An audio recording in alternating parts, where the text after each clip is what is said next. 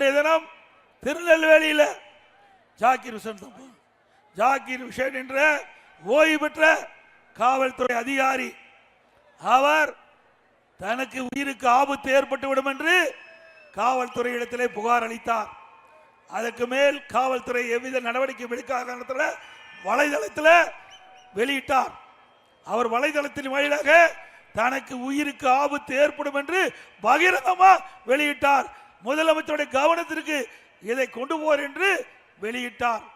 ஆனால் இந்த அரசாங்கம் அந்த சிறுபான்மை அந்த ஜாகிர் ஹுசேனுக்கு பாதுகாப்பு கொடுக்கல.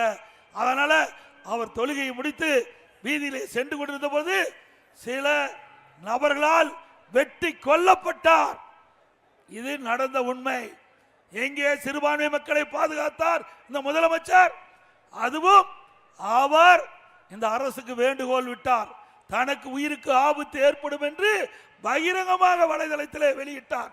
இந்த உளவுத்துறை என்ன செய்து கொண்டிருந்தது? இந்த அரசாங்கம் என்ன செய்து கொண்டிருந்தது? இந்த காவல்துறை என்ன செய்து கொண்டிருந்தது? உடனடியாக விசாரித்து அவருக்கு பாதுகாப்பு கொடுக்கப்பட்டிருந்தால் விலை மதிக்க முடியாத உயிரை காப்பாற்றிருக்கலாம். எங்கே உங்களுக்கு பாதுகாப்பு கொடுப்பார்கள்? சிறுபான்மை மக்கள் உணர வேண்டும். ஒரு பானை சோற்றுக்கு ஒரு சோறு பதம். எண்ணி பாருங்கள்.